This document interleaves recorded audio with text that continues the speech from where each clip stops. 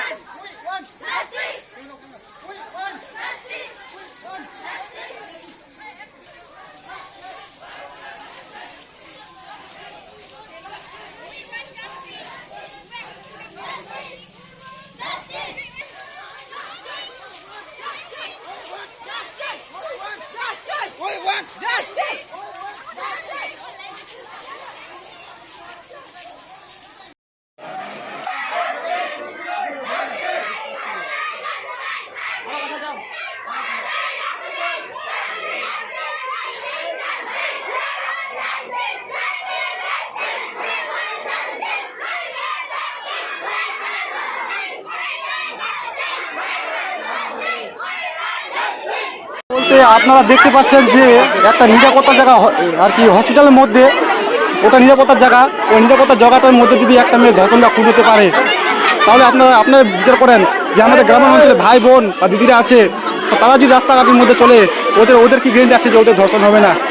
তাই আমরা লক্ষ্য করে দেখছি যে এখন আন্দোলন করে না তুললে এটা আর কি বিচার পাওয়া যাবে।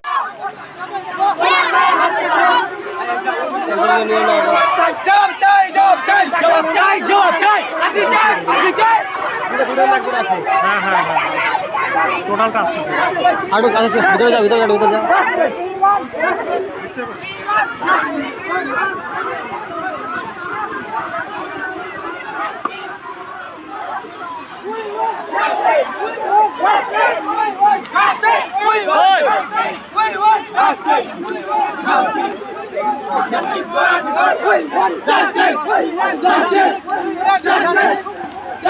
হয়ে গেছে।